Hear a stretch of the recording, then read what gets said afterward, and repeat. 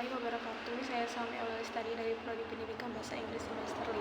Di sini saya akan mereview sebuah materi daripada mata kajian Based Pedagogy. Oke, di sini genre based pedagogy ini adalah pendekatan yang digunakan oleh guru bahasa Inggris dalam mengajar semua keterampilan bahasa, yaitu listening, kemudian writing, speaking, dan juga reading. Dalam penerapannya, guru mengikuti beberapa tahapan pembelajaran yang disebut dengan teaching dan learning cycle. Nah, ada beberapa fase atau beberapa stage yang menekankan keaktifan siswa selama proses belajar langsung.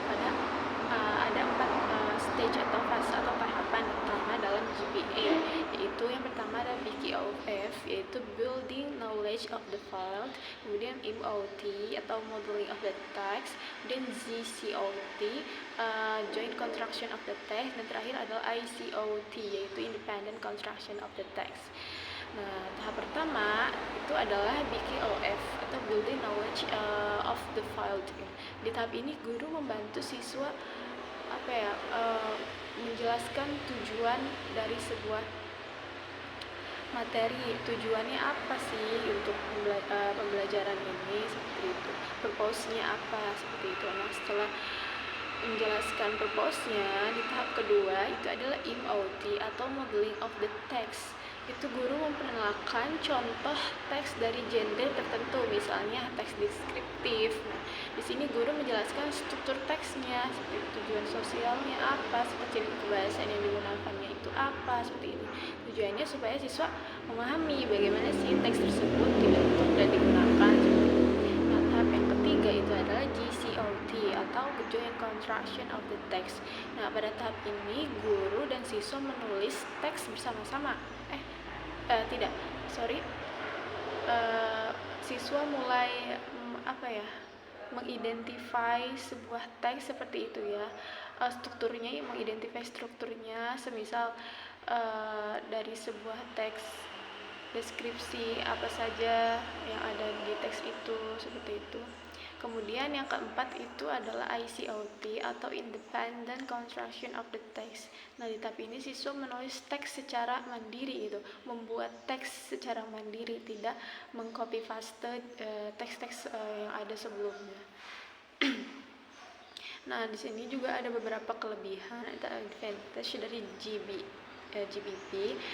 Yang pertama itu adalah pembelajaran jadi punya tujuan dan struktur yang jelas. Kemudian ada scaffolding juga atau BWN bertahap, yang menggunakan teks otentik, dan ada juga membantu pengembangan kemampuan bahasa siswa secara nyata. Nah, dan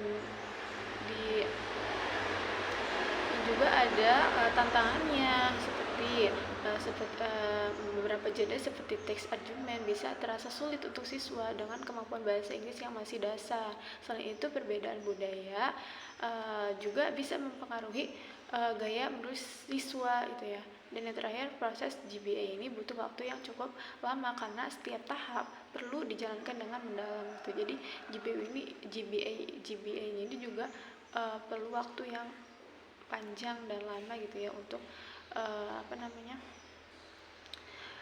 menjalankan sebuah proses GBA ini sangat membutuhkan waktu yang lama. Jadi GBP ini adalah pendekatan yang efektif untuk mengembangkan keterampilan berbahasa siswa, khususnya dalam menulis, karena memberikan penulis jelas terus belajar yang terstruktur.